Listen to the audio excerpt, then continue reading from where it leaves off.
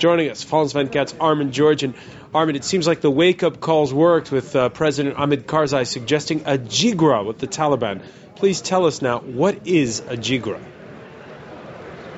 Well, I'm not much of a Pashto linguist, Francois, but I do know that that means a grand council in the Pashto language. And this is important because the Taliban draw their core support from those Pashtun heartlands in the south of the country. Some of those tribes, which would be brought together in this grand council of tribal elders, some of those tribes felt very excluded in 2001 from the process that led to the first Karzai government being formed. So they've got a real grievance against him, even though he himself is a Pashtun. So by calling this Grand Council, Karzai would be trying to get sort of claw back some credibility for himself, and also, very importantly, get these tribal elders to offer incentives to some Taliban commanders to lay down their weapons. So in short, the Grand Council is the beginning of a very long and treacherous process that could end up with a political settlement with some Taliban.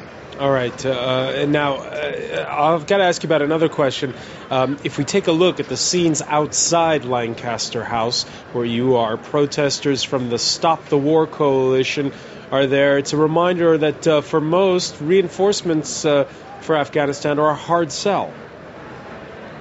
Well, I was just talking to a senior U.S. military official, Francois, from the ISAF multinational force in Afghanistan, and he said that the pressure is going to be on the Americans primarily and on General Stanley McChrystal. He reminded me that these 30,000 troops that President Obama has authorized are not yet in the theater of operations, and that explains why there's a bit of a wait-and-see attitude on the part of America's European allies. They're waiting to see how the surge works in Afghanistan, and in the meantime, of course, they will help with civilian reconstruction, but perhaps the fact that the heat is on the Americans explains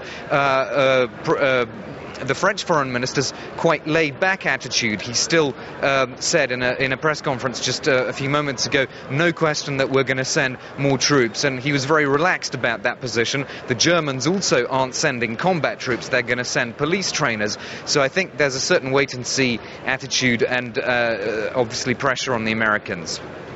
All right, many thanks for that. Armin George in there reporting live from that conference in London.